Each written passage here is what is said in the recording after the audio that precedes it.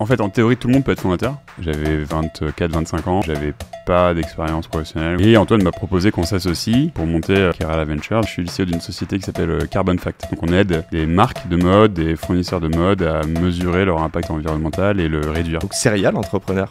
Aïe aïe aïe, Comme on emploie les buzzwords directs. Et Y Combinator nous a dit, votre idée elle est pas bonne, mais vous avez l'air pas mauvais, venez, mais en revanche changez d'idée quoi. On peut créer une entreprise qui va réaliser des centaines de millions de chiffres d'affaires récurrents annuels. Notre conviction, c'est que à la fin, ce qui est bon pour l'humanité et ce qui est bon pour les entreprises, les consommateurs, les gouvernements vont converger. Qu'est-ce qui a fait de toi un bon VC? Ta vocation à être billion dollar company? C'est quel client qui t'a le plus agréablement surpris? Est-ce que t'aimerais que Shein soit client de Carbon Fact demain? Si ça crache demain, tu fais quoi? Tu remontes une boîte? Monter une boîte avec Camille un jour, ta femme, c'est qui le CEO ou la CEO? Carbon Fact demain, tu peux le revendre?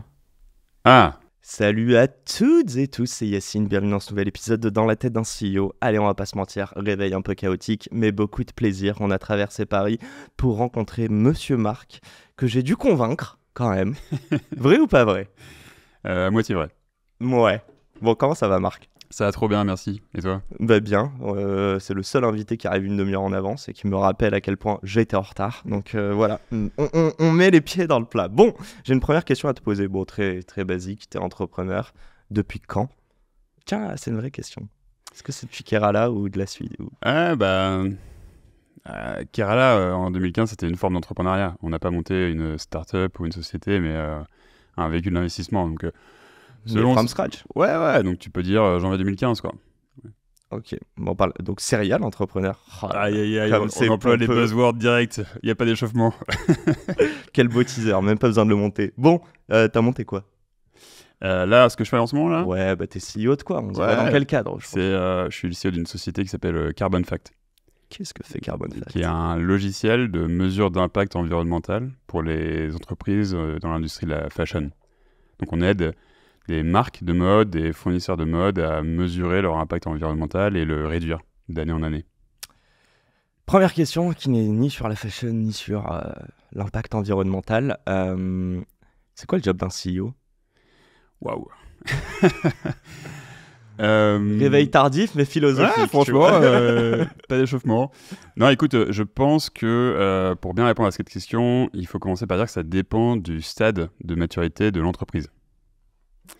Moi, je les ai pas tous connus, mais j'ai connu le 0 à là où on est aujourd'hui, donc à savoir une trentaine de collaborateurs. Non, mais tu veux pas dire 0 to 1? Là, t'es à combien, tu dirais?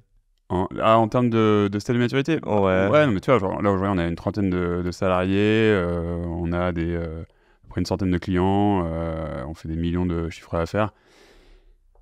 Donc c'est à la fois petit et en même temps, on est plus gros qu'il y a 3 ans. Donc j'ai un peu connu ce T'es à 10, tu dirais? Ah, c'est dur à dire. Bon, t'es dans la phase 1 to 10. Ça va dépendre de l'échelle que t'emploies derrière. Je repose la question du coup sur les CEO, mais peut-être aujourd'hui, tu vois. C'est quoi toi ton rôle de CEO aujourd'hui pour une boîte de 30 personnes? Aujourd'hui, j'aime bien les analogies avec le sport. Je trouve que mon métier, c'est un peu un métier de sélectionneur. Donc choisir les gens qui vont venir jouer dans l'équipe. C'est un peu un métier de président de club parce que c'est toi qui gères, en tout cas dans Carbon Fact, c'est moi qui gère la partie financement, levée de fonds et cap du club. Okay. Où on va, c'est quoi l'objectif. La vision. Et j'ai un tout petit rôle aussi, un peu genre meneur de jeu, où tu peux sur le terrain distribuer un peu la balle, les priorités, mettre un peu l'accent sur attention, il faut aller un peu plus là, un peu moins là.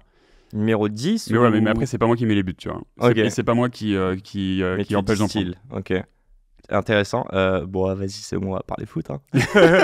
Alors pour le coup, je suis vraiment nul en foot et je suis pas du tout le foot. Ah merde, parce que t'as des rêves ou pas sur les trois postes que tu m'as donnés? Non, franchement, oui, très peu. Franchement, j'ai juste employé cette métaphore parce qu'elle parle à beaucoup de monde vu que le foot c'est un sport très populaire en France. Mais pas à toi, visiblement. Non, franchement, non. Je suis assez nul en foot. Tellement drôle. Ok, je vais te poser cette deuxième question là-dessus. C'est quoi la différence entre un CEO et un founder? Est-ce qu'il y a vraiment une différence quand t'es que 30 personnes? Il y a une différence de fou. Ça n'a rien à voir. On peut être fondateur et ne pas être CEO. On peut être CEO et ne pas être fondateur. Parfois, des gens sont bons pour faire les deux. Je pense que c'est rare. statistiquement, il y a peu de chances que ce soit la bonne personne qui soit faite pour faire les deux rôles. Ok. Et il se trouve, en fait, effectivement, le seul truc, c'est qu'au début, au tout début, le founder n'a pas d'autre choix que d'être aussi CEO. Mais lorsque l'entreprise est plus grosse, l'opportunité se présente de splitter, distinguer les deux rôles. Et parfois, ça fait du sens de le faire. Et c'est quoi les diffs entre les deux, tu dirais? Et après, je vais te demander ce que tu préfères. Je préfère te le dire dès maintenant. Ouais, la différence entre les deux, c'est pas si facile que ça à délimiter. Je pense que on attribue souvent aux fondateurs les sujets liés à la vision très long terme, à la culture de l'entreprise. Mhm. Et au CEO, peut-être des sujets un peu plus opérationnels, de priorités stratégiques et d'orchestration du travail du top management, quoi. J'ai posé la question à plusieurs invités. Je commençais à avoir un petit peu. Ah, t'as un benchmark là, du coup? Ouais, c'est ça. Trop Et bien. en fait, j'ai l'impression que les gens ne le disent pas vraiment, mais est-ce que tu dirais, toi, par exemple, que le CEO, notamment, ouais, j'allais dire, mais même pour une boîte de 15 personnes qui veut monter à 30, par exemple, il y a un côté très pragmatique, rationnel, alors que le founder qui porte une vision, qui parfois c'est du gut feeling, il y a de l'émotion. Est-ce que c'est la différence ou pas? Il y a sans doute une partie de ça. En fait, en théorie, tout le monde peut être fondateur. Quasiment. Tu peux vraiment montrer une entreprise pas trop difficilement. J'imagine qu'on pourra en reparler. Bon, on va en parler. Parce que sinon, ça sert à rien que je fasse ce podcast, quoi. Donc, en théorie, sur le papier, tout le monde peut être fondateur. Et ensuite, être CEO d'une entreprise avec pas mal de salariés, pas mal de clients et tout. Pas tout le monde. Ça, c'est plus un métier, tu vois. Donc, tout le monde n'est pas fait pour ce métier, je pense. Alors, entrepreneur ou founder n'est pas un métier. Ouais, je pense qu'on peut dire ça. Ouais, c'est un état d'esprit, c'est quoi? Ouais, t'es là au bon moment, au bon endroit, quoi. Mais dit autrement, les gens ne sont pas rémunérés pour être fondateurs. Moi, je suis rémunéré par Carbon Fact, pas parce que je suis fondateur, parce que je suis CEO. Mais demain, si on pense que quelqu'un est mieux que moi pour être CEO de la boîte, il faudra que ce soit cette personne qui soit CEO de la boîte. Alors en revanche, je serai toujours fondateur. Est-ce que ton job de CEO a une expiration date? On verra, hein. Franchement. Non, mais pour le coup, je suis très à l'aise là-dessus. On a une mission avec Carbon Fact qui est de décarboner l'industrie de la fashion. On peut construire une entreprise qui peut aider à la réduction de plusieurs centaines de millions de tonnes de CO2 par an. Ça peut être quasiment l'équivalent de la France en termes d'émissions de gaz à effet de serre. On peut créer une entreprise qui va réaliser des centaines de millions de chiffres d'affaires récurrents annuels. Et après, est-ce que je serai toujours la bonne personne pour piloter une entreprise qui fait 100 millions, 200 millions de chiffres d'affaires? Impossible pour moi de le dire. Est-ce que j'en ai envie aujourd'hui? Oui. Est-ce que j'en aurai envie dans 5 ans? Je ne sais pas te dire. Est-ce que je saurais le faire? Je ne sais pas te dire. Serein avec l'incertitude? Ouais. Si tu embrasses pas l'incertitude, là pour le coup, je pense que tu peux pas être fondateur. Moi, je considère que c'est une très belle intro, une très belle mise en bouche. On va revenir. Yacine Philosophe revient dans quelques minutes. Là, je vais te cuisiner un petit peu sur en fait qui est Marc même avant Kerala, quoi, parce que moi je t'ai connu via Kerala. Okay. Mais encore avant ça, il y a 2 petits vinyles derrière toi, 2 derrière moi. Est-ce que tu peux me pitcher très rapidement pourquoi tu les as choisis? Et je spoil aussi. Putain, je voulais faire cette intro, je voulais dire dans la famille Thomas Laurent, je demande le papa. Parce que spoiler, j'ai reçu ta femme il y a quelques jours. Très rapide, hein, ouais, la semaine dernière. Il te manque plus que la fille et c'est bon, quoi. On a un pack famille. Alors Nour prend son ticket pour dans quelques années, si je suis encore podcasteur, avec grand plaisir. Alors là, mais je vais la cuisiner, elle est même pas prête. Ouais, pour revenir à ces petits vinyles, qu'est-ce qui te parle? Pourquoi? C'est pas une très grande profondeur, j'adore l'électro. Ok. Donc Daft Punk, Justice, c'était un must-have, quoi. Make sense, ok. Ouais. Et le Being Bipolar, It's Awesome? Alors là, j'avoue que j'ai adoré la cover. J'ai trouvé ça très, très marrante. Et Ray Charles, because Ray Charles, quoi. Allez, c'était l'instant culture. Putain, il me faudrait un petit jingle. Bon, revenons à nos moutons. Tu faisais quoi avant de monter avec notre cher Antoine Fraise Kerala? Et on va parler d'ailleurs de Kerala. Vous aviez un positionnement assez particulier. Vous étiez un peu le cool kid parmi ces VC très vieux, disons le clash. Donc on va en reparler. Mais ouais, tu faisais quoi avant? Comment t'as atterri dans l'entrepreneuriat en fait? Fast forward, moi, j'ai toujours voulu monter une entreprise. Ou à l'époque, quand j'étais plus petit, ça pouvait être même reprendre une entreprise.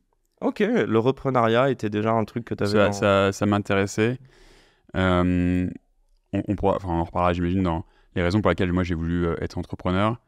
C'est que je trouve qu'en tant qu'entrepreneur, tu as un peu la main sur la construction d'une organisation avec les règles que tu penses être les bonnes, avec la façon de travailler que tu penses être la bonne, avec les personnes que tu penses être les bonnes. Et en fait, pour moi, ça ressemble un peu à modeler un peu la façon dont, selon toi, le monde devrait marcher, quoi, en termes de rétribution de la performance, en termes d'organisation, de communication. Et donc, être entrepreneur, c'est un peu genre avoir la page blanche sur comment est-ce que devrait fonctionner une entreprise. Et je trouve ça m'a toujours passionné. Ma mère est entrepreneur. Donc c'est l'esprit créatif un petit peu. Ouais, c'est la liberté de pouvoir construire un environnement. En l'occurrence, c'est une organisation économique qui répond à des règles qui sont selon toi les bonnes. Et donc, j'ai fait des études d'ingénieur un peu par hasard. Après, j'ai fait un master en entrepreneuriat parce que justement, j'avais envie de faire ça. Ça existe ça encore? Ouais, c'est HEC Entrepreneur, c'est pas mal. Ouais, franchement, c'est bien. Bah oui, c'est bien. Et dédicace à tous les invités que j'ai reçus de ton... ouais, tu dois avoir un certain nombre. Et après, j'ai fait un premier stage en capital risque. T'étais chez qui? J'étais chez Alven. Donc à l'époque, oui. En 2013. Et après, j'ai rencontré Antoine Fraisse, qui donc dirigeait Otium Capital et qui cherchait quelqu'un pour remplacer Stanislas Nyok-Chateau, qui venait de quitter Otium pour monter Doctolib. Les belles histoires. Ouais, c'est une belle histoire. Et du coup, c'est comme ça qu'on s'est rencontré avec Antoine. Au début, je lui ai dit, écoute, trop sympa, mais moi, ça m'intéresse pas. En fait, je veux monter ma boîte. Ah, t'étais en mode, je veux monter ma boîte. Ouais, je voulais monter ma boîte. J'avais fait du VC, j'ai fait 6 mois de VC, et j'étais en mode, bon, maintenant, c'est bon, je veux monter ma boîte.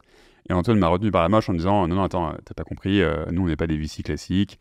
Otium, on est souvent majoritaire dans les entreprises, donc vraiment en manette. Et en fait, si tu viens chez Otium, ça sera le meilleur MBA pour monter ton entreprise. Et la preuve, Stan va monter une boîte. Philippe de Chanville et Christian avaient monté monéchelle.fr, devenu ensuite Mano Mano. Donc Otium, c'était vraiment... C'était monéchelle.fr avant? Ouais, ça date. Oh damn. Trop drôle.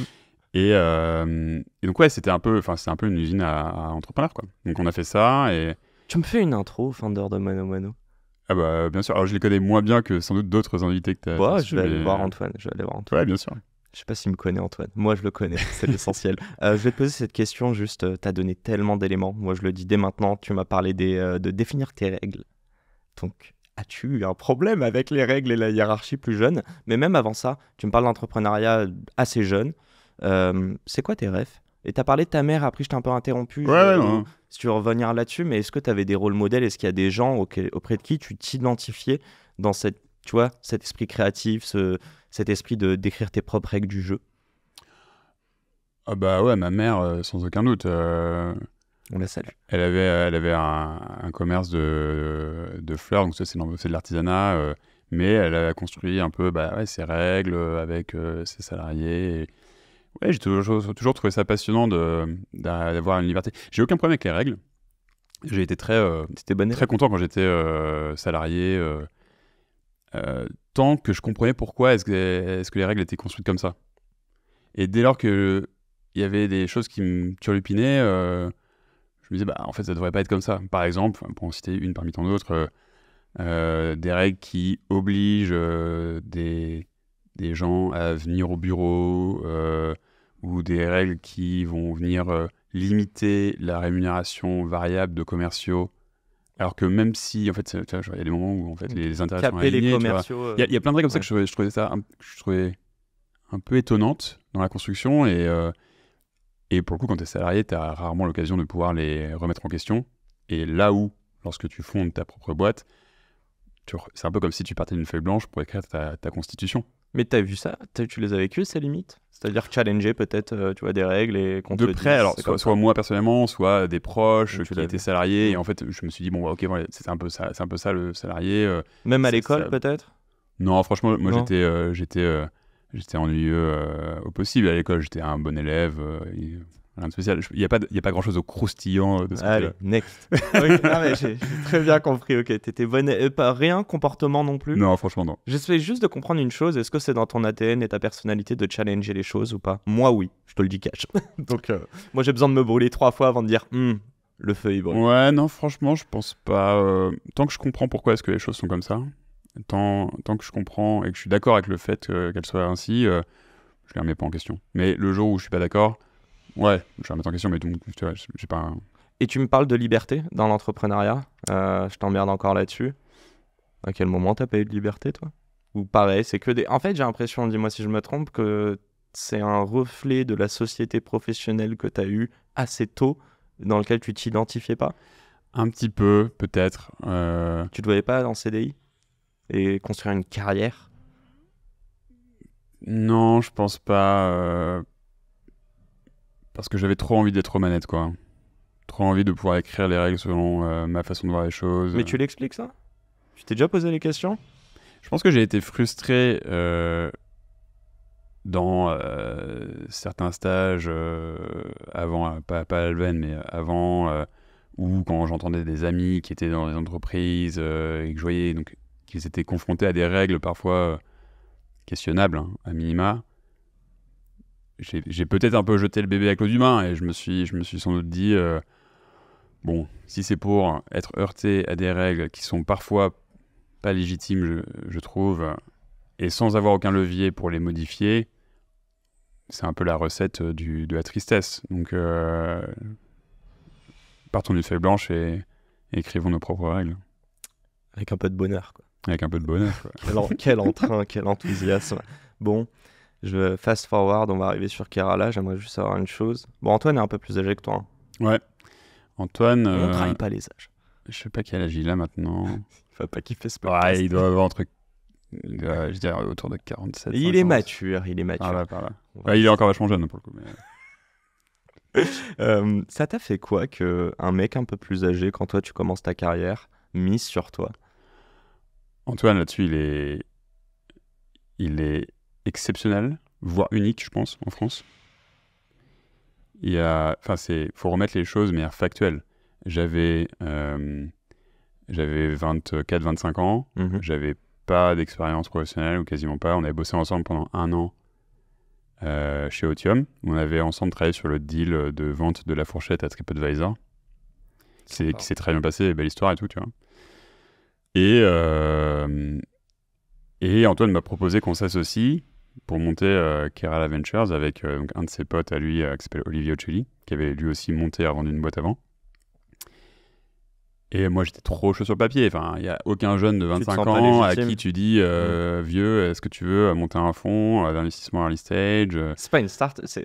À une époque tu où... veux gérer de l'argent, quoi. Ouais, à une époque où on est en 2015, l'écosystème français n'est pas du tout ce qu'il est aujourd'hui.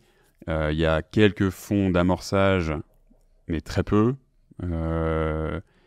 et qui ont parfois une approche soit très financière, soit un peu massive, à mettre beaucoup de tickets, et donc mécaniquement à avoir peu de présence opérationnelle. Et nous, on se dit, il y a peut-être un angle. Donc ouais, sur le papier, j'étais chaud comme un volcan, quoi. Et en revanche, j'avais un problème, c'est que j'avais pas d'argent, quoi. Ah, ok. Ce qui n'est pas un petit problème quand tu veux monter un fonds. Bon, après, il y a des management fees, non? Vous avez pu vous Non, parce que du coup, en gros, le concept, c'était d'investir notre propre argent. Et donc, ce qu'ont fait Antoine et Olivier, c'est qu'ils m'ont proposé de me prêter de l'argent. À 25 ans. À 25 ans, pour, du coup, devenir actionnaire de Kerala Ventures. Et je me rappellerai toujours... en gros, donc, tout ça, c'est public. Quasiment, ils m'ont prêté 300 000 euros. Et il m'avait dit, écoute, on te prête 300 000 euros. Si Kerala marche, tu nous rembourseras et tu t'en ficheras. Ce sera vraiment et si ça marche du bagatelle. Et si ça marche pas, écoute, c'est comme si tu rembourserais un appart que t'as pas. Deal. Et ouais, on a fait ça, quoi. Non, mais c'est ouf. Quand je t'ai un peu posé la question de la légitimité, j'en vois une 2. Je reflète mes peurs. Bon, j'ai 30 ans, donc en vrai, 24 ans, c'était il y a 6 ans, mais c'était hier pour moi. Et je vois très bien ce truc de tu sors d'école et bon, t'essayes de te confronter à la vie professionnelle. Tu sais pas ce que tu vaux réellement et tu dois te comparer aux autres. un mec un peu plus âgé que toi qui te propose de monter un fonds, est-ce que tu te sens légitime, toi, d'apporter de la valeur dedans? Et une fois que tu es dans les opérations, est-ce que tu te sens légitime, gosse de 24-25 ans, de... Je sais pas, si, il y a un côté conseiller des entrepreneurs, mais aussi Ouais, les juger et juger du potentiel d'un truc que tu n'as pas expérimenté réellement à avant. 100%. Donc, très clairement, non, tu te sens pas légitime. Après, ça, c'était pour le coup pas un secret. Antoine savait que j'étais pas légitime. Euh, En revanche, il avait vu sans doute du potentiel. Et le deal qu'on avait, c'était que en fait, j'allais apprendre, quoi. Et donc, sur tous les boards auxquels j'ai participé sur les premières années de Kerala, j'étais à 80-90% silencieux. Du shadow, quoi. J'écoutais, je comprenais, je suivais Antoine et tout. Et puis, progressivement, au fur et à mesure que je comprenais un peu la mécanique des choses, je participais de plus en plus pour à la fin avoir mes propres boards et être signataire des choses, quoi. Donc Et c'est pareil juste... pour l'apport opérationnel. Donc, Quand j'ai quoi. commencé, j'avais dit, donc à l'époque en 2015, on avait 3 sociétés en portefeuille, dont Doctolib. Et j'avais tout de suite dit à Stan, écoute, moi je vais pas pouvoir t'aider sur les sujets strat et tout, je suis pas là, quoi. Pas encore, je suis trop jeune. En revanche, j'ai de l'énergie, j'ai du temps, je peux transpirer, et donc je peux être une espèce d'extension de tes heures de travail pour que tu ailles plus vite, quoi. Et donc, C'est quoi, chief of staff, kind of? non, pour le coup, j'ai beaucoup bossé sur le recrutement. Ok. Doctolib a un modèle qui fait qu'il y avait beaucoup de besoins en recrutement, notamment de commerciaux, et j'ai beaucoup bossé sur le recrutement comme ça, quoi. Tu parles de recrutement avec Kerala. Il me semble que vous avez lancé une sorte de newsletter ou non, enfin je sais Ouais. plus. Il y avait en quoi c'était important? Bah, en gros, le constat, c'est que lorsque tu as trouvé une équipe d'entrepreneurs qui, selon toi, a la bonne vision, tu les as financés, donc ils ont l'argent pour exécuter. Le seul point manquant, c'est l'exécution. L'exécution, c'est les fondateurs et l'équipe. Et donc, en aidant les entrepreneurs à recruter les top 10-20 premiers salariés, en fait, Tu maximises les chances de on réussite. pense que tu peux avoir un impact massif sur la trajectoire de la boîte. Donc ça, c'est le constat. Et partant de là, on a décidé effectivement de faire nous-mêmes de la chasse proactive pour recruter des candidats pour nos compagnies, nos entreprises en portefeuille. On a créé des newsletters, notamment Talent Letter et First 20, pour First 20, celui-là que j'avais. screener les candidats toutes les semaines, résumer un peu leur profil et leurs attentes, et envoyer ça à des CEO. Et on a aussi, Pas que le portfolio, hein. pas que le portfolio, pour le coup, c'était vraiment pour tout l'écosystème, mais c'est encore... Ça existe encore? ça existe encore, ouais. Pourquoi vous avez fait ça, juste? Est-ce que tu saurais? Je comprends que l'humain est l'asset le plus risqué et le moins, comment dire, celui qui est beaucoup plus dur à analyser. Ouais. Mais est-ce qu'il n'y a pas un côté servir l'écosystème ou intérêt de communication et de branding sur Kerala? Non, pas communication branding, mais il y avait un intérêt double. Pour nous, très clair, ça nous donnait un droit de regard sur tous les candidats qui cherchaient à aller dans le monde des startups. Mhm. Et c'est comme ça qu'on a pu, entre guillemets, préempter des candidats pour qu'ils aillent en priorité dans nos entreprises en portefeuille. Et bien sûr, par ricochet, on a permis en fait des centaines de recrutements dans des entreprises dans lesquelles on n'était même pas actionnaire. Donc c'est aussi bon pour l'écosystème. Et quand c'est bon pour l'écosystème, à la fin, ça finit par C'est être bon bon pour pour toi vous. aussi, quoi. Ok, très clair. J'ai retrouvé ma question. C'était quoi? Tout simplement, qu'est-ce qu'Antoine il a vu chez toi? En fait, je comprends, tu as dit il a vu un potentiel. Et j'ai trouvé d'ailleurs, ça, je me suis réécouté ce que tu as dit il y a 30 secondes. Je trouve ça fou qu'un VC soit capable de dire je suis pas la bonne personne pour t'accompagner sur cette partie-là. Ce que tu disais à Stan pour Docto. Ouais. Mais du coup, ouais, non. Peut-être Antoine, il a vu cette lucidité. Je pense qu'il a, tu lui demanderas d'ailleurs, mais je pense qu'il a vu de l'envie, de l'énergie, de la motivation, de la volonté de m'investir énormément. Et à côté, une forme d'humilité, de lucidité sur le fait que j'avais encore beaucoup à apprendre et que j'étais avant tout là pour apprendre, progresser avant de pouvoir devenir un vrai investisseur. Mais pas ta grille d'analyse qui était différente? T'as 24 ans, t'es plus naïf. On en parlait d'ailleurs juste avant. La naïveté, au final, j'avais moins formaté, quoi. j'avais vu pendant quelques mois, pendant à peu près 8 mois chez Alven, comment une équipe de professionnels analysait des deals. J'avais appris un petit peu, mais vraiment une surcouche, quoi. Mais c'est pas ça qu'il est cherché? Tu Non, t'emmerdes non. là-dessus? Non, Ok. c'est sûr que non. Ok, bah fast forward, qu'est-ce qui a fait de toi un bon VC? Franchement, Je considère que c'est un métier d'humain. Est-ce que tu es d'accord ou pas? il y a une expression qui dit Junior VCs think they are good, senior VCs know they are lucky. Ok. Et en Fais la gros, trad. en vrai, franchement, quand tu es un Ça bon pourrait VC, Ouais. faut aussi reconnaître la part de la chance. Mhm. T'as des... Tu sais, c'est une loi de puissance, hein, tu le connais, tu le sais, la performance d'un fonds respecte une loi de puissance. Il y a une entreprise qui va concentrer Fund 90% de ta performance et le reste qui va représenter 10%. Et parfois, réussir à investir dans cette entreprise qui fait le gros, c'est parfois un peu de la chance, quoi. Je trouve que c'est de la chance parce qu'aujourd'hui, en plus, toi, tu es arrivé à un moment où l'écosystème a commencé à grossir. Il y a eu de plus en plus de VC. Et j'ai l'impression que les entrepreneurs, quelques années après, ont commencé à avoir ce bargaining power de leur côté. Pour qu'ils choisissent Kerala, c'est qu'il y a une raison. C'est pas de la chance. C'est un truc que vous cultivez, que vous travaillez. Enfin, c'est un peu les deux. Tu vois, il faut que l'entrepreneur te choisisse. Il faut que toi, tu le choisisses. Donc, il faut aussi aller chasser. Donc, faire en sorte que l'entrepreneur te choisisse, ça, c'est un peu comme en business, c'est du positionnement. Tu as une proposition de valeur, un prix, un message qui résonne ou qui ne résonne pas. Ça marche pas, tu as une marque, etc. En VC, la marque joue beaucoup. Et dans l'autre sens, choisir la bonne équipe, le bon sujet et tout. Il y a quelques sujets qui sont pas si risqués que ça et pour plusieurs raisons, baquer Doctolib lorsque Antoine et Olivier l'ont fait en 2015, parce que c'était même avant que moi j'arrive, c'était risqué, mais on a du mal à le voir. Ils connaissaient tellement Stan, qui était exceptionnel, et le modèle faisait tellement de sens que on pourrait dire que c'était moins risqué que des deals complètement stratosphériques.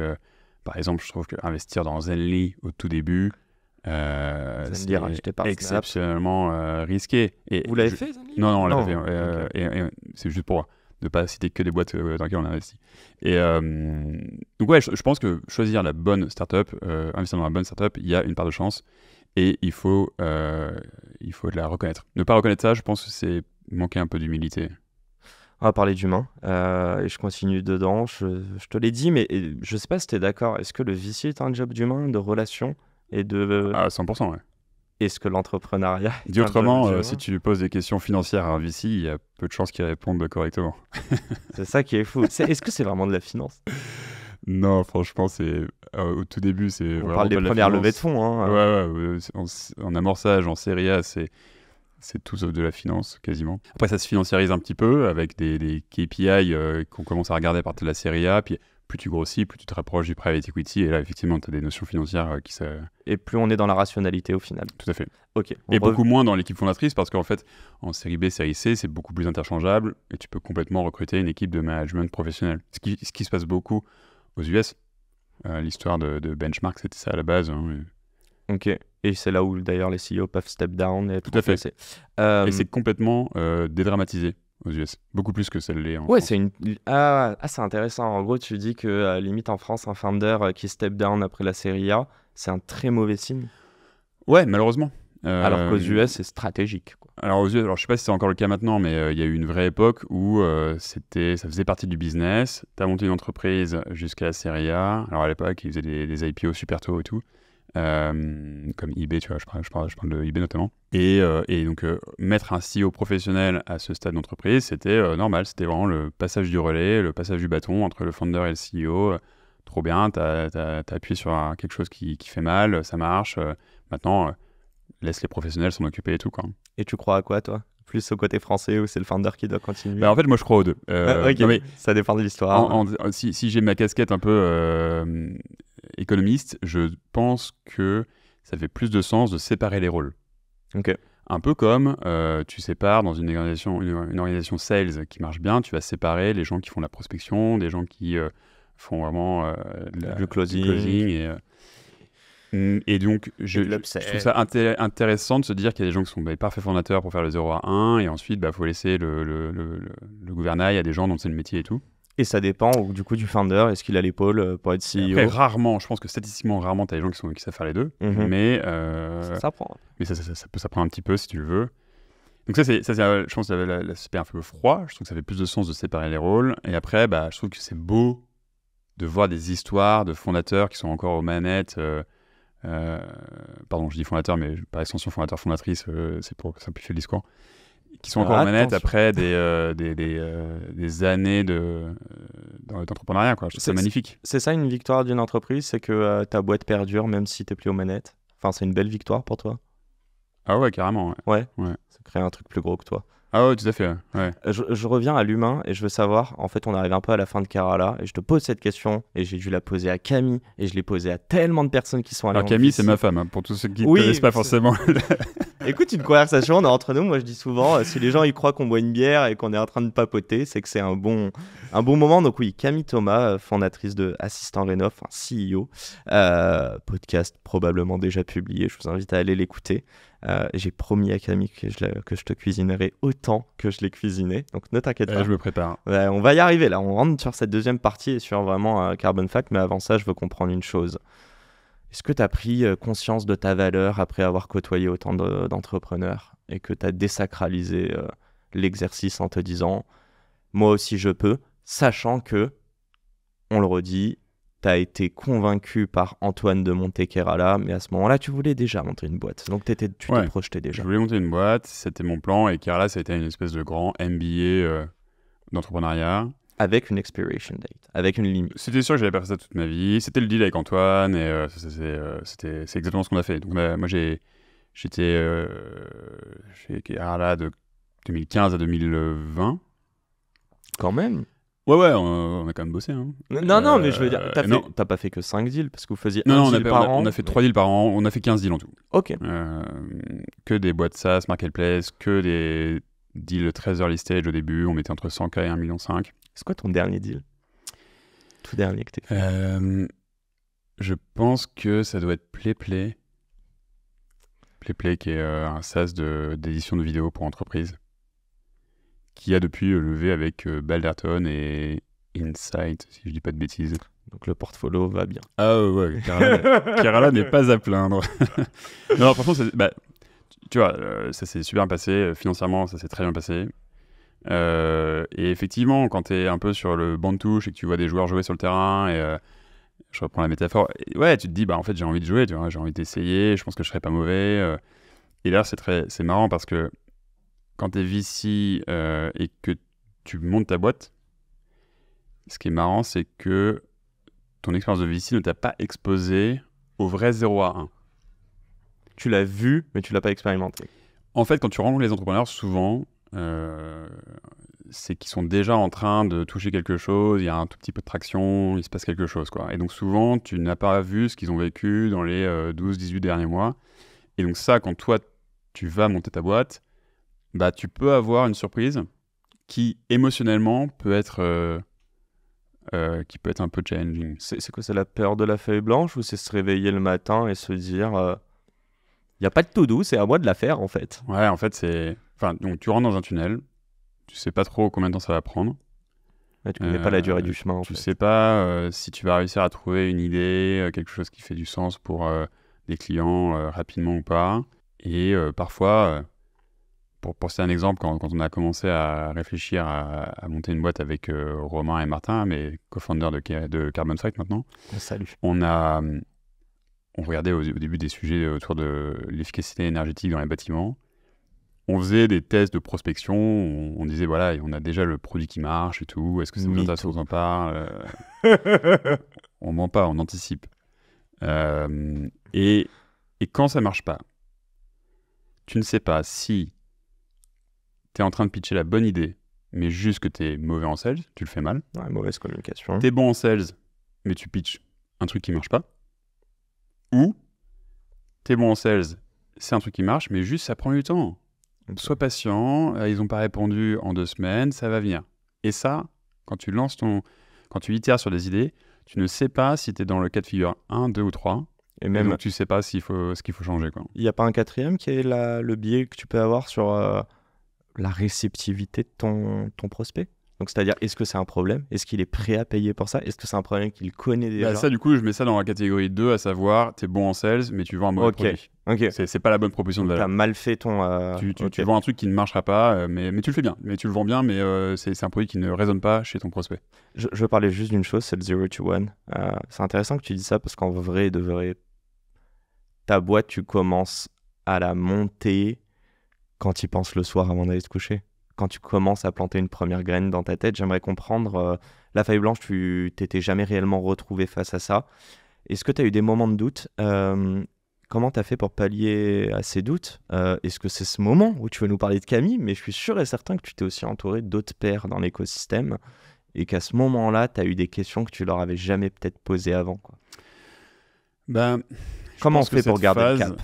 Je pense que cette phase, il faut la vivre avec des cofondateurs ou cofondatrices pour être plusieurs à vivre les montagnes russes émotionnelles. C'est plus simple, ouais. Effectivement, à ce moment-là, ton mari ou ta femme, donc moi en l'occurrence Camille, joue un rôle clé. Et Antoine Fraisse, que je voyais encore régulièrement, avec qui je partageais un peu les idées sur lesquelles je bossais, quoi. Tu peux être honnête à 100% avec Antoine, même s'il il va investir dedans? Ah oui, bien sûr. Ah ouais, bien sûr. Non mais Antoine... Non mais attends, Antoine, pas tous les VC. Ah non, Antoine, bien sûr. Okay, Antoine, il a gagné beaucoup d'argent, donc là, il espère rien du tout de Carbon Fact. Tu l'as remboursé les 300K ou pas encore? Oui. C'est pour ça qu'il est serein, en fait. Et du coup, effectivement, il a investi dans Carbon Fact parce qu'on voulait rester associés, quoi. Mais du coup, sur l'entourage que tu te constitues, c'est important de trouver des gens avec qui être vulnérable. Ouais, tout à fait. Et ça, pour le coup, moi, je peux l'être avec Antoine, avec Camille et mes cofondateurs. Ouais. Les deux, 5 personnes max, on va dire. Bon, après, c'est ce qui est sain aussi. Ça dépend un peu sans doute de ta personnalité. Moi, c'est en tout cas avec ces gens-là que j'arrive à l'être. C'est quoi les doutes que tu as? Et je m'explique. Est-ce que c'est des doutes sur est-ce qu'on est vraiment en train de monter la boîte qu'on pense être la bonne? Ou est-ce que c'est est-ce que le dernier recrutement il s'est bien passé? En gros, est-ce que c'est opérationnel ou est-ce qu'il y a des moments c'est plus sur la Là, je parlais vraiment plus de la phase au tout début. Parce que après, quand tu lèves des fonds avec des VC, oui, non, c'est vrai. Pour le coup, moi, je pense on pourra revenir là-dessus. Je pense qu'il faut être vulnérable. En fait, quand tu partages des choses avec tes VC, c'est un peu comme quand tu vas chez le docteur. Ça sert à rien d'aller chez le docteur en disant non, en fait, ça va, j'ai pas mal. Comme ton avocat. En fait, les intérêts sont alignés, globalement. Sauf quelque part, il y a bien sûr des cas un peu limites, mais souvent les intérêts sont alignés, et donc s'il y a quelque chose qui me fait mal ou sur lequel je suis pas à l'aise en ce moment, il faut souvent en parler à ton actionnaire, à ton VC, quoi. Ça sert à rien de mentir, quoi. Globalement, ça va juste créer un problème pour demain qui sera encore plus gros. T'as appris quoi dans le 0 to 1 que tu savais pas? Alors, et là j'espère que ça pourra être utile à des gens qui envisagent de monter une boîte. Je pense qu'il faut trouver des cofondateurs ou cofondatrices avant de trouver l'idée, de manière à pouvoir créer l'idée ensemble et pas avoir un sujet un peu de paternité ou de maternité sur l'idée, quoi. Ok, c'est notamment flexible. Ouais, et puis c'est pas la même peut-être appropriation de la part de tes cofondateurs. Je pense qu'il faut avoir un seul secteur ou une industrie qui te passionne, pour le coup. Vraiment, le sujet te passionne. Et après, on va y tirer dedans pour voir qu'est-ce qu'on peut y faire dans cette industrie. Et ensuite, sur les idées, je pense qu'il faut toujours, au début, en chercher 2-3 en parallèle, parce que ça va te permettre d'avoir une espèce de stabilité émotionnelle. Parce que concrètement, ce qui va se passer, c'est que tu vas tester une idée en pitchant, en envoyant un jour, quelqu'un va des emails. Tu vas prendre un meeting qui va trop bien se passer. La personne va dire je suis trop chaud, j'en parle à mon boss, on peut lancer un pilote. Là, t'es au high. Et tu fais un peu la même chose avec 2 autres idées qui, pour le coup, mettent un peu plus de temps à prendre. Et en fait, la première personne ne te répond plus jamais. Et ça, c'est vrai. Ça, on l'a vécu. Et donc là, tu retombes. Et là, tu retombes. Et donc, si tu peux avoir ton idée numéro 2 ou 3 qui, elle, est en phase ascendante parce que tu viens d'avoir une réponse favorable, au final, tu lisses un peu Ah, donc tu mets pas tous tes œufs dans le même panier, tu veux Ouais, je dire? pense que c'est important. Tu peux pas faire ça avec 5, parce que sinon, il y a un problème de focus. Bien Mais sûr. tant que tu travailles sur la même industrie, et juste, je pense que ça peut servir en plus. Et ça, c'est pas mal. Enfin, nous, on l'a fait, et ça nous a, je pense, aidé. Ce que tu dis, c'est que quand tu es en 0 to 1 et que c'est tout petit, tu dois aller chercher des victoires au quotidien. Tu dois aller chercher des choses qui te disent toujours je suis dans le C'est bon. peut-être pas au quotidien, mais oui, tu as besoin d'un time frame un peu rapproché, donc à la semaine, quoi. Ok. Est-ce que quand tu faisais ça, comment tu faisais pour prendre du recul? Donc, on a dit, tu parlais avec des personnes, mais est-ce qu'il y a eu des moments, est-ce que tu as mis en place des. Allez, moi je veux parler de Camille un tout petit peu. Vas-y, vas-y. Bon, j'en ai déjà parlé, donc je crois qu'à la maison, vous pouvez parler un petit peu taf, mais bon, je crois qu'il y a une personne qui vous prend un peu de, un peu de temps aujourd'hui, depuis quelques mois, mais est-ce que vous aviez une sorte de sas de décompression? Est-ce qu'il y a des moments où tu lui disais vraiment, j'ai besoin qu'on parle de la boîte, que je te vide? Bah, Non, mais non, mais attends, je vais être cash. Elle l'a dit dans le podcast, elle a dit, Marc, il adore me raconter sa journée. Là, ça vient de tilter chez moi, donc Mais oui, bien sûr. je peux pas dire non. Non, mais attends, on a. Oui, alors, réponse courte, oui. Il y a quel point c'est Mais important. c'était même pas au tout début, c'est tout le temps. Ok. Hier soir, on a encore parlé, enfin, on s'est débriefé de nos journées, on réfléchit ensemble. Et Camille se fiche de moi parce que elle me raconte sa journée comme ça, et moi, pour bien lui raconter ma journée, je suis obligé de prendre mon agenda. Et je, Avec les lunettes. Oh, je prends mon agenda sur le téléphone et je revois un peu les meetings et les choses que j'ai faites aujourd'hui. Et du coup, je la débrief. Donc, ouais, c'est vrai que c'est un peu. Mais même pour toi, c'est c'est un peu important ça. absurde. Ah ouais, moi j'adore. Revoir, c'est quoi? C'est voir ce que tu as accompli, voir ce Non, que c'est t'aurais pu plutôt, mieux faire. ouais, c'est plutôt la tenir un peu informée de ce que j'ai fait, où j'en suis, les questions que je me pose. Plus tu tiens informé ton plus one, et par extension, en fait, même tes cofondateurs et tes board members, de ce qui se passe, plus le jour où tu auras besoin d'eux pour leur poser une question, ils auront un contexte riche. Elle parle le même langage que toi. Ah bah 100%. Ouais, je pense qu'elle peut te pitcher Carbon Fact, elle pourrait être CEO pendant plusieurs semaines et personne ne verrait rien. Attends, il y a d'autres questions qui arrivent. Elle, quand elle était.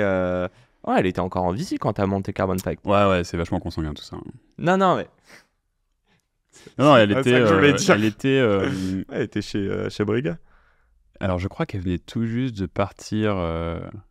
quand j'ai quitté Carala, elle était encore chez Brega. Mais quand j'ai monté Carbon Fact, elle venait tout juste de partir de chez Brega. Ah, ok, d'accord. Ouais. Ok, Non, bah, non, donc, on n'a jamais eu ce genre de... il n'y a pas eu de décalage. Tu sais, de toi, tu es déjà entrepreneur et elle, en fait, bah, elle les côtoie au quotidien, mais en même temps, c'est là où on voit la différence, quoi. Si, C'est mais pas son expérience. avant vraiment qu'on monte Carbon Fact, quand on était encore dans une zone de recherche et d'idéation, quoi. Ok. Et ouais, elle a rejoint EFI et du coup, ensuite, elle a monté Assistant Rénov. Elle Ouais. m'expliquait, je lui posais la question, je vais te poser la même question. Bon, elle est biaisée, donc je vais essayer de le moins la biaiser. À quel point vous êtes deux styles d'entrepreneurs différents et je m'explique. Enfin, c'est peut-être une graine dedans, mais toi, c'est ton projet avec tes associés. Tu as itéré sur l'idée. Elle, c'est un projet qu'elle a porté dans une entreprise et au bout d'un moment, bah, il y a eu cette opportunité en fait de vraiment monter. J'espère que je pitch bien Assistant Rénov, sinon elle va m'envoyer un texto. Mais en gros, voilà, c'est se dire que elle, c'est de l'intrapreneuriat et que toi, c'est de l'entrepreneuriat. Et on revient un petit peu sur le côté émotion. Est-ce que tu vois de la diff là-dessus ou je pas? pense pas. Je pense que c'est pas de l'intrapreneuriat ce qu'elle fait. Ok. Parce que, en fait, c'est une société à part. C'est pas comme Ouais, quand mais tu qui est montes actionnaire.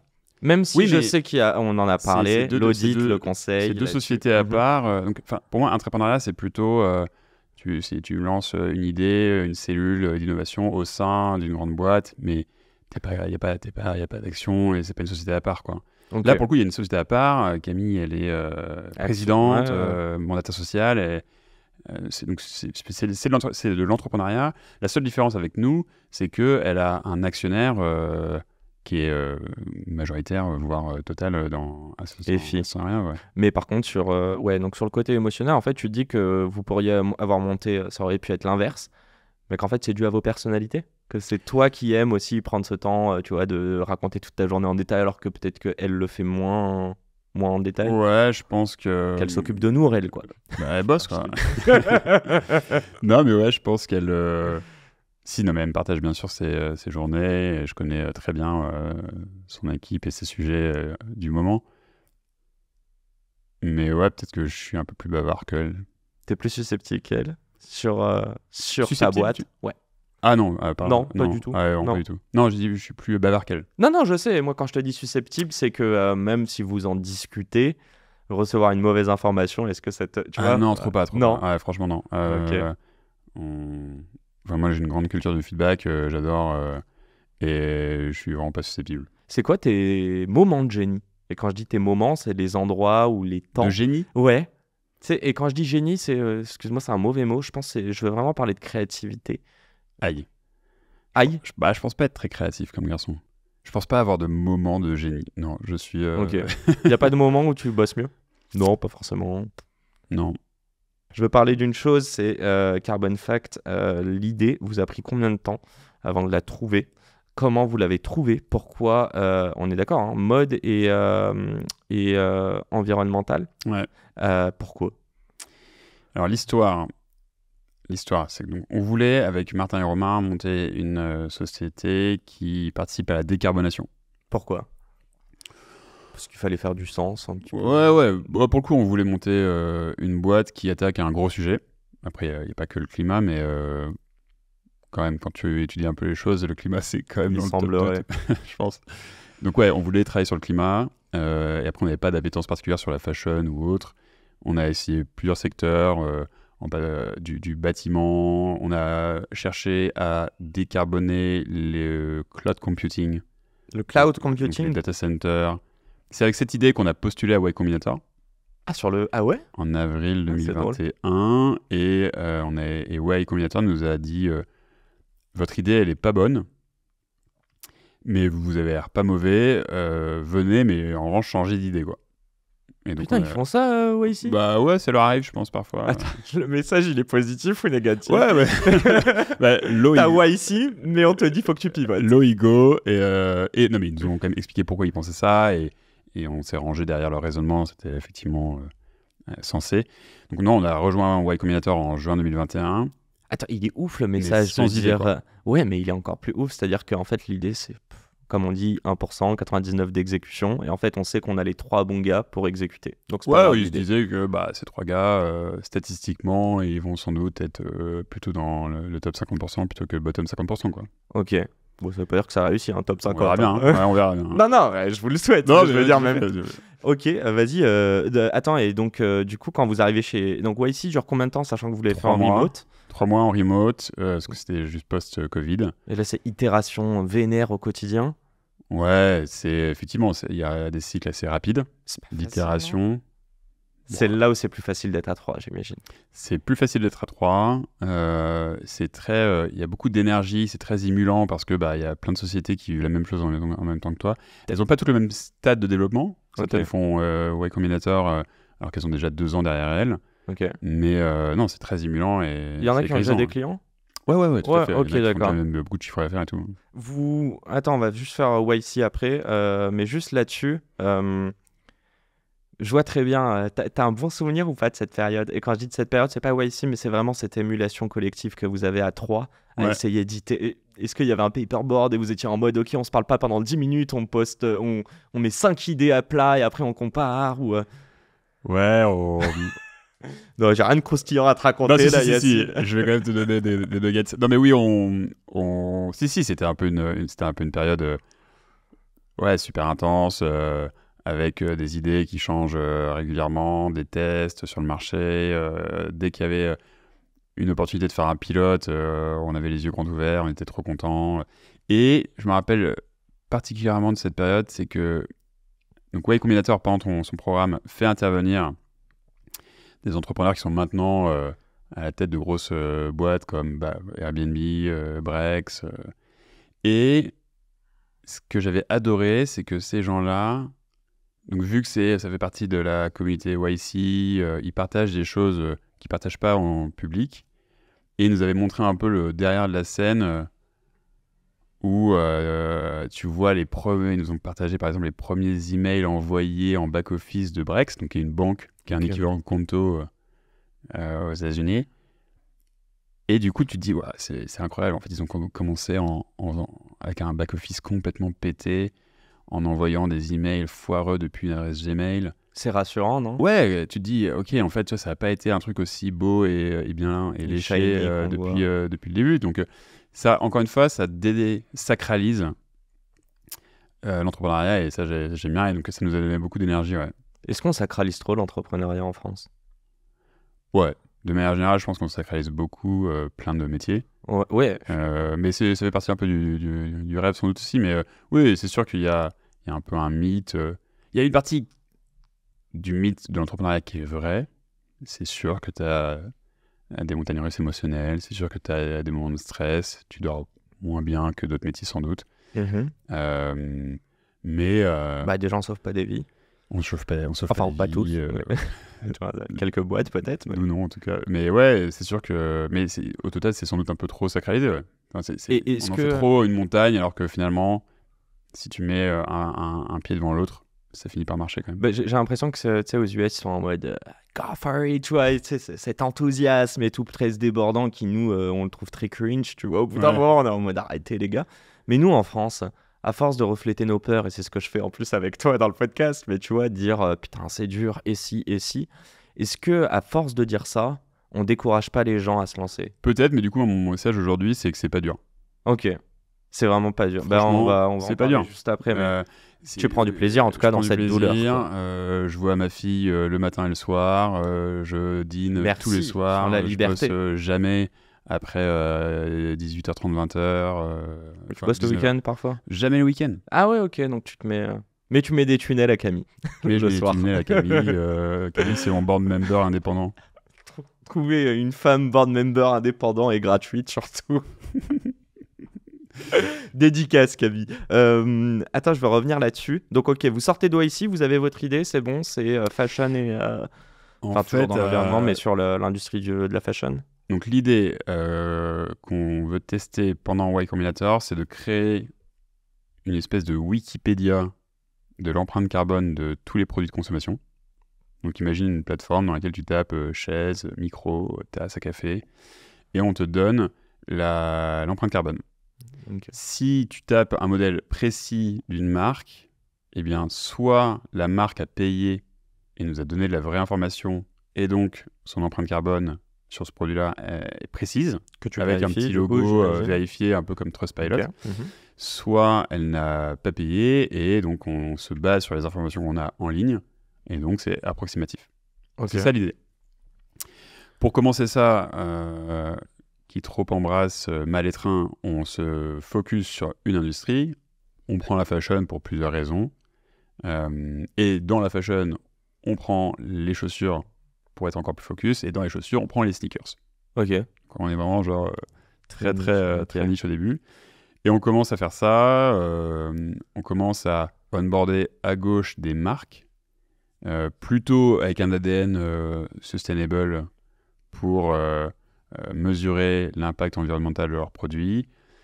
Et notre idée à ce moment-là, c'est ensuite d'aller voir des retailers multimarques, Ok. donc des gens comme La Redoute, Zappos, Ouais, sneakers, Zalando. courir. et on leur dit écoute, je peux scanner les 10 000 produits, 10 000 paires de chaussures que tu as sur ton site web. Je vais arriver à identifier, grâce à notre technologie de mesure d'impact à l'échelle, les 10% de tes produits qui sont les moins carbonés. Ok. Et donc, tu vas pouvoir construire ton corner, appelle-le climate friendly ou bas carbone, etc. Avec un tampon carbon fact, donc tu as un tiers indépendant qui le fait. Est-ce qu'on a une demande de end user, donc nous les clients quoi, qui achetons des baskets, ou est-ce que tu trouves que les entreprises, tu as dû les convaincre? Est-ce que c'est du greenwashing, ou est-ce que, enfin, c'est pas du greenwashing, mais est-ce qu'ils le font par communication, ou est-ce que c'est vraiment un sujet dont ils s'en emparent? Ah, ça dépend un peu des entreprises. À ce moment-là, les marques à qui on parle, pour le coup, elles sont toutes sincèrement motivées pour mesurer leur impact. Les retailers multimarques, c'est plus dur pour eux parce que eux, en fait, c'est pas leur produit. Donc, ils n'ont pas la main non plus sur le choix des matériaux, le choix des... Eux, ils dépendent des clients. En revanche, donc, ils reçoivent plein de produits et ça les intéresse d'aiguiller, de flécher un peu le consommateur vers des produits mieux disants d'un point de vue impact environnemental. Et donc, ça, c'est ce qu'on teste. Et on arrive à signer quelques clients, mais ça a du mal à décoller. Je crois qu'en l'espace de 9 mois, on passe de 0 à 10 000 euros de chiffre d'affaires récurrent annuel. Donc, Annuel, ok. oui, t'es pas encore rendu. Sauf que, en faisant ce tour de piste, on rencontre des marques plus grosses Ok. qui nous disent en substance, j'ai pas envie de mettre mon produit sur votre site web, votre Wikipédia, ça ne m'intéresse pas. En revanche, là, au slide numéro 3, tu m'as dit que vous avez une techno qui permet de mesurer l'impact à l'échelle sur des centaines, milliers de produits. Ça m'intéresse, parce qu'aujourd'hui, quand je fais ce genre de mesure, on appelle ça une analyse de cycle de vie, ACV. Quand je fais une analyse de cycle de vie sur un produit, ça me coûte entre 7 et 15 000 euros pour un produit. Et ça me prend, donc je fais appel à un consultant, et ça me prend entre Ils font à la mano 2 et 4 semaines. Parce que oui, en fait, donc c'est là où on découvre ce qu'est une analyse de cycle de vie. On se rend compte que faire une analyse de cycle de vie, c'est un peu comme c'est une grande équation mathématique à 100 paramètres en entrée, qui répond à une norme qui est dans un PDF de la Commission européenne. C'est un PDF de 200 pages. Et donc aujourd'hui, les consultants n'ont pas d'autre moyen que de faire ça un peu à la main. Et c'est des gens qualifiés. Et donc, oui, effectivement, quand tu mets bout à bout les choses, ça leur prend des semaines. Et donc, ça fait que pour avoir l'information de l'impact environnemental de un produit, une marque doit dépenser, disons, 10 000 euros pour faire les choses simples, et ça lui prend 6 semaines. Donc, impossible pour elle d'avoir une vision sur 100% de son catalogue, et d'autant plus qu'il lance des nouveaux produits je veux dire le temps de mise sur le marché. Ouais. Et c'est... Donc c'est ça le point de départ. C'est là où on se dit avec Martin et Romain... Il y a un truc à faire. Ouais. L'information précède l'action. Aujourd'hui, l'information n'est pas disponible parce qu'elle est trop chère et trop lente. Il faut qu'on attaque ça. J'avais envie de creuser, c'est dommage, le temps file. J'ai dit que ce podcast n'était pas sur Carbon Fact, j'ai juste envie de te poser cette question. Déjà, je tiens à souligner une chose, c'est qu'à ce moment-là, vous avez pivoté, vous vous dites que ça y est, on a trouvé le bon créneau. Bon, vous êtes quand même conscient que 10 cas de ARR n'est pas assez, mais du coup, vous êtes à l'écoute. C'est-à-dire que quelqu'un qui est... Enfin bref, je trouve ça intéressant. Question que je voulais poser, est-ce que vous dépendez, c'est-à-dire l'information mène à l'action, est-ce que c'est normé ? Est-ce que c'est normé ? Est-ce qu'il y a des lois qui vont être votées demain ? Oui. Est-ce que vous comptez là-dessus dans votre modèle ? Et je vais avoir une dernière question. Ouais. À quel point vous n'êtes pas le Yuka de... Ok, très bien. Dédicace à Yuka. Donc oui, il y a des normes. Il y a des normes, un peu comme il y a des normes dans la comptabilité économique. Nous, on pense qu'en fait, il y a un parallèle qui va de plus en plus exister entre la comptabilité économique et la comptabilité environnementale. Parce que dans X années, les entreprises manageront leurs données environnementales avec la même sophistication qu'elles managent aujourd'hui la donnée financière.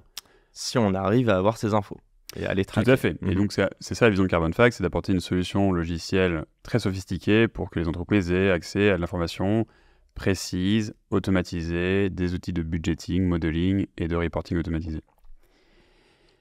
Et après, donc oui, il y a des réglementations qui arrivent. Est-ce qu'on dépend de ça ? En fait, il y en a tellement que s'il y en a une qui vient, l'autre qui part, finalement, ça nous impacte assez peu. Nous, notre conviction, c'est que à la fin, ce qui est bon pour l'humanité et ce qui est bon pour les entreprises, les consommateurs, les gouvernements vont converger. Dit autrement, le climate change, le changement climatique, ça va finir par être la priorité numéro 1 des consommateurs, des gouvernements et des entreprises. Attends. T'as fait YC. Ok, YC, donc Y Combinator. C'est aux US. Ouais. Déjà, bon, oui, ils étaient quand même réceptifs. En fait, je sais plus quoi, la Silicon Valley, elle est climate change friendly ou elle est Trump friendly ? Je suis un peu perdu là, je te cache pas. C'est pas si facile que ça. On est d'accord, on est un peu du père là. Mais à la limite, c'est un peu tactique ça pour nous. Nous, on est en mode sur le long terme. Ce qui est bon pour l'humanité va forcément converger avec ce qui est bon pour les consommateurs, gouvernements. Mais le marché n'est pas mature aux US là, à l'heure actuelle ? Si, nous on fait 40% de notre chiffre d'affaires aux US. Nos plus gros clients sont aux US.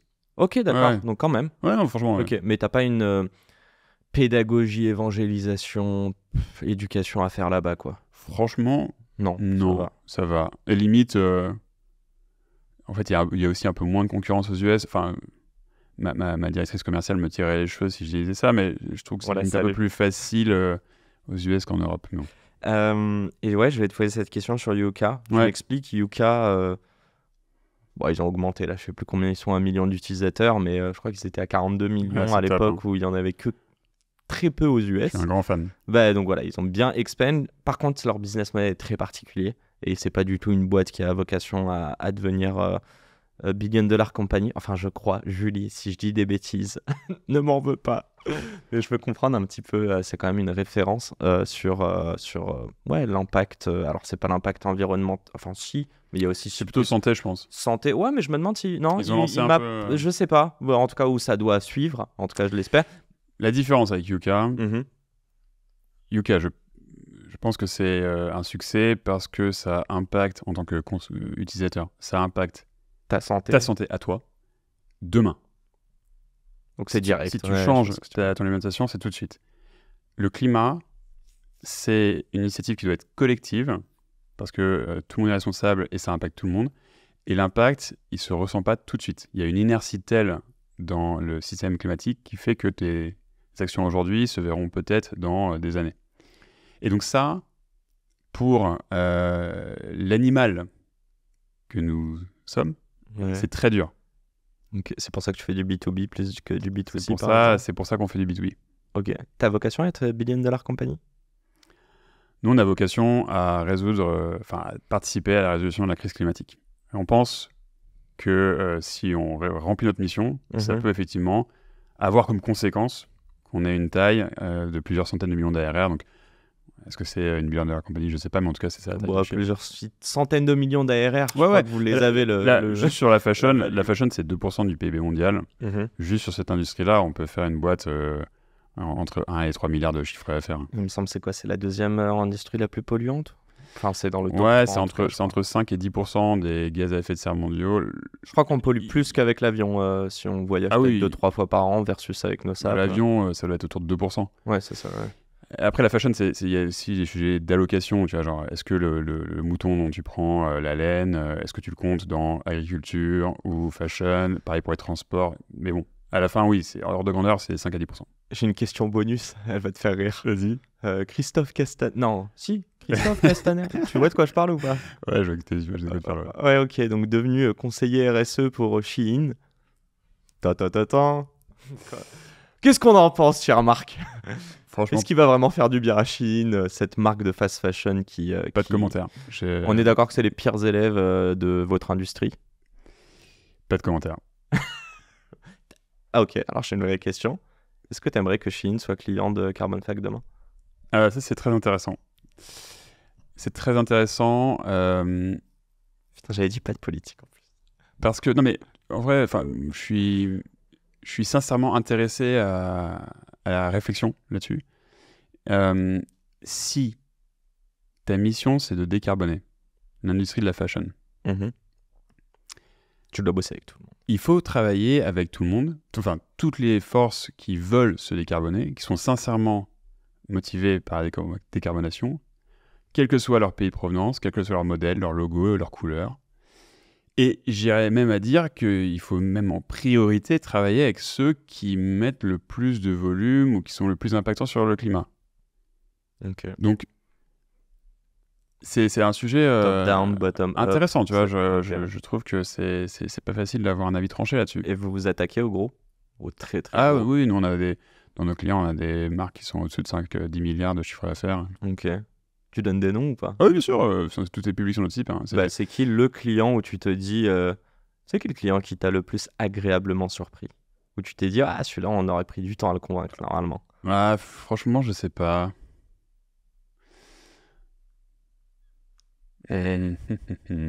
Non, franchement, je Bon, pense pas que... Shein, visiblement. Alors, on n'a pas le plaisir de travailler encore avec Shein. Non, mais tu vois, donc dans nos Christophe, nos si gros je sais. clients, on a Columbia Sportswear Company aux US, Carhartt aux US, Ah, vous avez qu'un... On en Suisse, la marque de Ok. running. Non, on a plusieurs entreprises clientes qui font des milliards de chiffres d'affaires. Et Et après, est-ce qu'on a été surpris? Non, franchement, on n'est jamais trop surpris de ce qu'on découvre, quoi. Ok. Le côté sur lequel on est le plus surpris, peut-être, c'est la donnée. L'état de la donnée chez les entreprises, Catastrophique, les pires qui est que vous inégal. pensiez. Ah ouais, ok, d'accord. Il y a des marques qui sont très avancées et indécent. d'autres qui sont un peu moins avancées, ouais. J'espère que le message est passé. Bon, on va terminer cette interview et j'ai cette vraie question à te poser. Carbon Fac demain, Ouais. tu peux le revendre? Ah, c'est intéressant. Bah, C'était pas intéressant avant. non, cette question Le gars est est particulièrement susceptible. Non, mais en gros, pour réfléchir un peu à cette question, si on se dit que demain, il y aura des réglementations qui viendront du monde entier pour mesurer l'impact environnemental et le réduire, qu'il y aura des mécanismes d'incentive qui d'ailleurs, parenthèse, existent déjà auprès des banques et des fonds de private equity qui cherchent à investir dans des entreprises qui sont conformes aux accords de Paris parce que ça permet à ces acteurs financiers de collecter du capital moins cher. Donc il y a déjà des incentives en place, il y a ce qu'on appelle des green bonds. Si tu imagines demain qu'il y a une taxe carbone, enfin bref, tout ce genre d'outillage qu'on retrouve parfois sur la comptabilité économique, alors la maîtrise, la gestion de la donnée environnementale, elle va être stratégique pour les entreprises.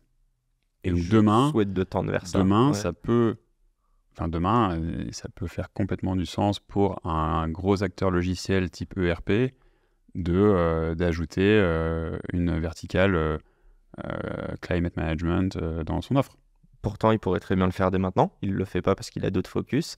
Émotionnellement, ça te ferait pas chier de leur vendre un petit SAP ou Oracle ou je sais pas quoi.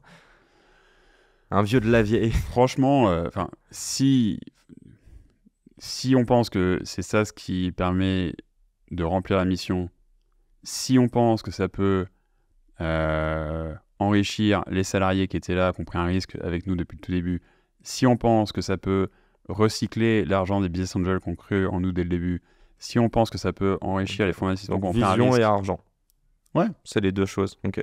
Ok. Et sans me dire qui, parce que je sais que tu me diras pas qui, il y a des gens à qui tu sais que tu revendras jamais. Ceux qui n'ont pas d'argent déjà. Il y a des gens qui sont très riches à qui tu ne revendras jamais. Sans doute ceux qui n'ont pas un projet d'entreprise qui est aligné avec ce qu'on veut faire de la boîte. Ouais, mais après la com, c'est la com. Hein. Si Monsieur Castaner demain vient te dire on vous rachète si En votre vrai, entreprise est superbe.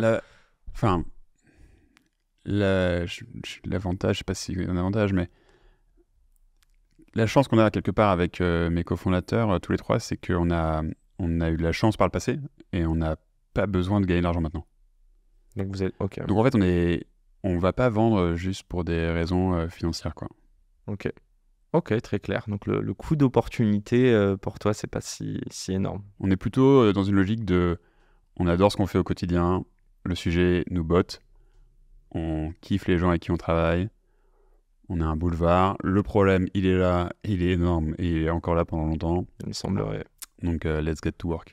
Si pour X raison Carbon Fac n'atteint pas les objectifs que tu veux, ou pour X raison, bref, on lui souhaite pas, mais si ça crache demain, tu fais quoi? Tu remontes une boîte? Ou t'appelles Antoine? C'est une bonne question. J'ai même pas réfléchi, quoi. Ok, bah J'y oui, ai même pas en mode réfléchi. je vis au quotidien. Ok. Tu Ouais. te verrais être en CDI? C'était peut-être plus ça ma question. Ou est-ce que l'entrepreneuriat, ça a été un déclic et tu ne repasseras jamais pour toi de l'autre côté? Ouais, je pense que je suis un peu condamné, là. Ouais, t'es condamné. Ok, ça va, il y a pire. En tout cas, s'il y a du succès. Ouais. Parce que c'est vrai que je pourrais, Après, ça dépend ce que je pourrais être dans la merde là et les gens comprendraient pas de quoi on parle. Bon bref, dernière question du tac au tac. Sur une échelle de 1 à 10, cher Marc, à quel point tu es heureux au quotidien? Ah, je suis à 10, là. Sur une échelle de 1 à 10, à quel point tu es riche? Ah, suffisamment. Je suis à peut-être 9, quoi. Ok, sur une échelle de 1 à 10, à quel point ton job d'entrepreneur, toi, t'apporte du sens dans ta vie perso au quotidien? Ouais, à 10. Et à quel point ce même job te demande des efforts ou est difficile au quotidien? C'est sans doute par phase. Franchement, en ce moment, donc là, on enregistre, on est en janvier 2025. Ouais, le 30. En ce moment, c'est pas si dur, quoi. Et puis il y a une belle corrélation entre la difficulté et le bonheur. En Sans tout doute, cas, ouais. Sans doute un peu, ouais. C'est mon avant-dernière question. L'avant-dernière. Monter une boîte avec Camille un jour, ta femme. Ah, ça, c'est intéressant. Enfin, je dis pas que les questions avant n'étaient pas intéressantes, mais celle-là est aussi intéressante. Non, mais bah, je sais qu'il y a plusieurs histoires. Je sais plus ce qu'elle a Belles histoires. répondu, hein, moi. Donc, Mais si, je crois qu'elle m'a dit ça aussi. Attends. C'est vrai. Il y a plusieurs histoires entrepreneuriales belles et Familiales. et réussites en couple, en famille, bien sûr. Bah, je pense que pour ma part, je vois une valeur dans le fait de distinguer le sujet pro du sujet perso avec ma femme, quoi. Ok, ça serait risqué en fait de tout mélanger. Ça serait sans doute risqué. Tu peux perdre un peu les deux quand on perd un. Ok. Et aussi, je vois, moi je l'expérimente tous les soirs, tous les jours, je vois la valeur que ça a de connaître, enfin d'avoir quelqu'un que En tu dehors de aimes, ta qui boîte. t'aime, qui te connaît très bien et qui est en dehors de ta boîte pour t'aider à réfléchir, prendre du recul. Et c'est une valeur exceptionnelle. Ok. Et moi, enfin, il y a plusieurs fois où des coachs m'ont proposé leur service. En fait, moi j'ai déjà un coach. Et on la salue. Ce serait qui le CEO ou la CEO? Dans le meilleur des Si on mondes. montait une boîte tous les deux. Ouais, une super boîte, ça marche très bien, très Ah bel là là, équilibre. putain, C'est qui le CEO? Si je réponds à cette question, je vais me faire taper ce soir. Ben, je sais. Allez, tu peux botter en touche. Non, je pense qu'on montrait une boîte où il y aurait un modèle un peu co-CEO, comme Mano Mano. Allez, la réponse parfaite. Qu'est-ce qu'il est fort. Et c'est du coup ma vraie dernière question. Vous avez une fille, elle s'appelle Nour. Ouais. C'est quoi la matière qu'elle devrait avoir en primaire qui n'existe pas aujourd'hui? Oula, très bonne question aussi. Le savoir-vivre en société et la capacité à... J'ai pas l'expression en français. Ouais, Une expression en anglais que j'adore, c'est « assume good intention ». Ah ok, ok. Ce qu'on appellerait en France et que moi j'adore parce que j'y crois à 100%, le monde des bisounours. Les gens pensent que les C'est gens pas le sont monde des bons. bisounours, c'est juste que par défaut, lorsque tu vois un comportement de quelqu'un, mets-toi à sa place et dis-toi, est-ce qu'il existe un scénario crédible dans lequel, si j'étais à sa place, en fait, j'aurais fait la même chose parce que, voilà, il me manque C'est un de élément de l'empathie. décor, on peut associer ça à de l'empathie sans doute. compréhension, Ouais. analyse. Et je trouve qu'il y a beaucoup de réactions dans la société qui sont épidermiques, et souvent parce que les gens ne font pas ce travail d'être un peu plus à la place de l'autre.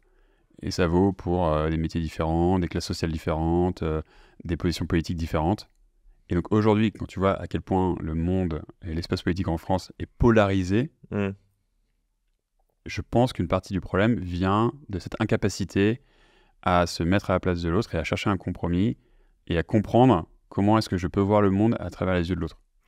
Et si je comprends bien... On avait dit qu'on parlait pas de politique. Hein. Non, on a dit... Putain, et en plus, tu vas avoir ma phrase. Mais si je comprends bien...